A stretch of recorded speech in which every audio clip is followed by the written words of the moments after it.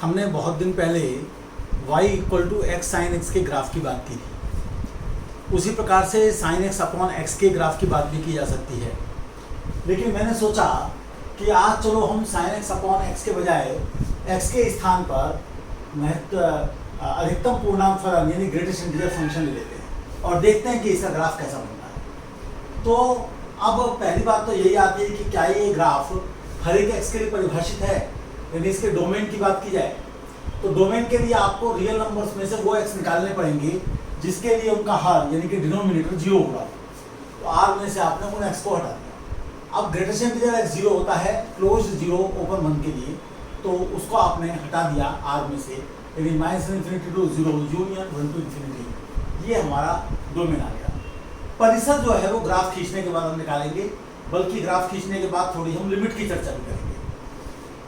अब इस फलन को हम देखते हैं कि ना तो सम है ना विषम है, तो इसलिए जो सिमेट्री है उसका कोई लाभ यहाँ नहीं मिलेगा। डेरिवेटिव की भी कोई आवश्यकता नहीं है, जैसा कि आप अभी देखेंगे। मैं x के ऐसे मान रखता हूँ जिस पर कि ग्रेटेस्ट इंटीजर x कांस्टेंट है, तो कुछ नेगेटिव ले लेता हूँ, कुछ पॉजिटिव ले लेता हूँ। तो क्लोज्ड -2 से ओपन -1 तक ग्रेटेस्ट इंटीजर x -2 रहेगा, तो फंक्शन sin 2/2 बनेगा। ऐसे यहाँ पर sin 1/1 बनेगा, यहाँ परिभाषित नहीं होगा, और यहाँ फिर से sin 1/1 बनेगा, फिर sin 2/2 बनेगा, sin 3/3 बनेगा, sin 4/4 बनेगा इत्यादि। मैंने ये वैल्यूज भी थोड़ा निकाल कर रख ली हैं, ये अप्रोक्सीमेट वैल्यूज हैं। हालांकि आप चाहें तो इनको आप इस फॉर्मूले से भी निकाल सकते हैं कि sin x is approximately equal to x minus x³/6। इससे भी आप थोड़ा सा इसे देख सकते हैं कि ये कितना ठीक आता है। नहीं तो आप कैलकुलेटर से इसको देख लीजिए, क्योंकि वो हमारा मुख्य काम नहीं है। हमारा मुख्य काम ग्राफ है, और उससे भी बढ़कर ग्राफ का जो एनालिसिस है वो हमारे लिए ज़्यादा मुख्य काम है। तो मैं यहाँ पर ये दे रहा हूँ, ये मेरे पास x एक्सिस है, ये y एक्सिस है, ये 0 है। मैं चाहता हूँ कि मैं 6 तक जाऊँ, यानी कि 6 तक जाने के लिए मुझे 6 से 7 तक की वैल्यू चाहिए। तो चलिए मैं जो है यहाँ पर 7 ले लेता हूँ। तो यहाँ पर मैं देखता हूँ कि मैं कितना ले सकता हूँ। तो यहाँ पर करीब 3.5 होगा, तो यहाँ पर करीब 3 होगा, और यहाँ पर करीब 4 होगा। देखते हैं 2 तक से बराबर है। हाँ, इसको 7 को थोड़ा सा और लेना पड़ेगा हमको, तो लेते हैं हम, कोई बात नहीं। 7 को थोड़ा सा 7 तो अब यहाँ 3 भाग करने हैं, तो मेरे ख्याल से इतना करना ठीक रहेगा। तो ये 1, ये 2, ये 3, ये 4, ये 5, और ये फिर 6, और ये फिर 7 को थोड़ा सा और ऐसा है। इधर की तरफ ये -1 रहेगा, ये -2 रहेगा, और ये -3 है। मेरे ख्याल से -3 तक की वैल्यू नहीं है मैंने, बल्कि -2 तक की लिए। तो मैं एक तरीके से -3 से भी जा सकता हूँ। तो ये मेरे पास जो है -3 है, ये -2 है, ये -1 है, ये 0। इस पार्ट में ग्राफ हमारा परिभाषित नहीं होगा। तो पहले हम धनात्मक मान को देख लेते हैं। तो 1 से 2 तक देख लेते हैं, sin 1/1, और sin 1 जो है वो अप्रोक्सीमेटली 0.84 है। तो 1 लगभग मेरा इतना बड़ा होगा, और -1 मेरा लगभग इतना बड़ा होगा। अब मुझे sin 1/1 करना है, यानी कि 0.84/1 करना है। तो 0.84/1 तो लगभग इतना हो जाएगा, ये हो जाएगा। लेकिन 2 को मुझे लेना नहीं है, तो मैं 2 पर एंट्री करूँगा। इसके बाद 2 से 3 तक जब हम देखते हैं, तो 2 से 3 तक ग्रेटेस्ट इंटीजर x 2 आता है, तो sin 2/2 आएगा। sin 2 पहले से 0.9 है, उसका आधा करेंगे तो 0.45 हो जाएगा। तो इसलिए 0.45 हो जाएगा, यानी आधे से भी कम यहाँ पर आएगा, और इसके सामने फिर यहाँ पर आएगा। और फिर उसी प्रकार से 3 पर वैल्यू ये आएगी, 3 पर ये वैल्यू नहीं आएगी, 2 पर ये वैल्यू आएगी।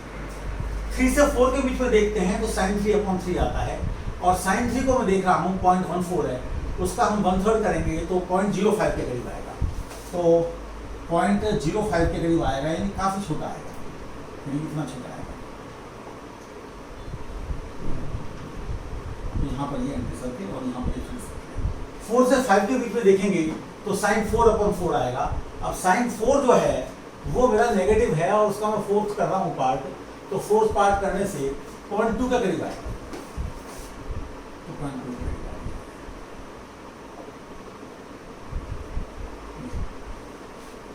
साइन 5 से 6 के बीच में देखूंगा तो साइन 5/5 आएगा और साइन 5.96 है, डिवाइडेड बाई 5 करेंगे तो 5 करने से 0.2 से थोड़ा और कम आएगा, तो थोड़ा सा अंतर हो जाएगा। 6 से 7 तक देखेंगे तो साइन 6/6 आएगा, साइन 6 नेगेटिव में है, उसका 6 पार कर रहे हैं तो 0.05 आ जाएगा, तो 0.05 इस प्रकार से देखें। इधर की तरफ -1 से 0 के बीच में देखेंगे तो -1 से 0 के बीच में साइन 1/1 है, तो बिल्कुल इसके सामने ही आएगा।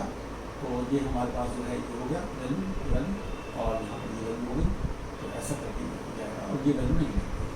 इसके पहले वाले पे लेंगे तो साइन -2/-2, तो साइन 2/2 हो जाएगा, तो साइन 2/2 इसके जैसा ये बिल्कुल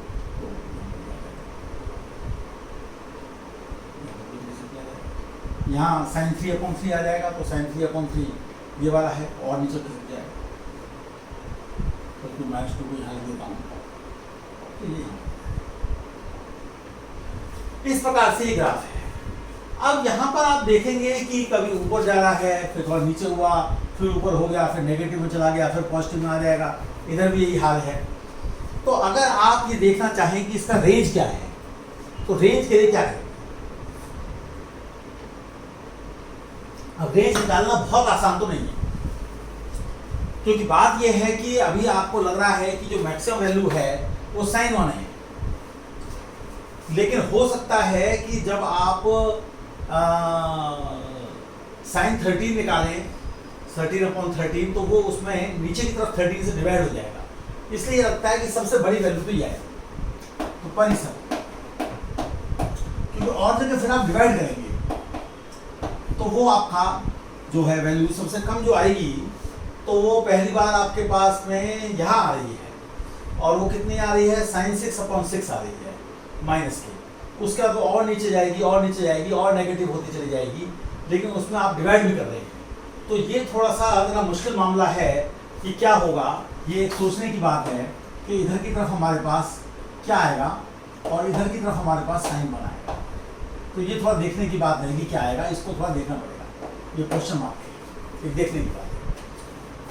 जब हम इसको देखते हैं तो हम थोड़ा सा अगर लिमिट का विचार करें, limit extending to infinity sine x/x, तो इसको विचार करने का एक ढंग तो ये है कि जब x इन्फिनिटी की तरफ जाएगा तो ये वैल्यू तो -1 से 1 के बीच में रहेगी और ये इन्फिनिटी को जाएगी, तो सैंडविच थ्योरम से 0 आ गया। लेकिन आप इसको एक और प्रकार से समझिए, आप ये समझिए कि जो आपका साइन x है वो तो हमेशा आपका -1 से 1 के बीच में है। यदि मैं x को 10 से बढ़ा लेता हूँ या 10 या 10 से बढ़ा लेता हूँ, तो इसका मतलब ये है कि ग्रेडेशन इंटीजर x जो है वो मेरा 10 या 10 से बड़ा आएगा, तो इसका मतलब ये है -0.1 less than equal to sine x/x और इधर की तरफ 0.1, यानी कि ये चाहे कितनी भी उछल कूद मचा ले x, लेकिन चाहे नेगेटिव हो जाए पॉजिटिव हो जाए कुछ भी हो जाए रहेगा इसके बीच में। मैं चाहूँ तो इसको -0.01 और इसी की पॉजिटिव वैल्यू यानी कि इनके बीच में मिला सकता हूँ 0.01 for all x greater than और इक्वल टू 100।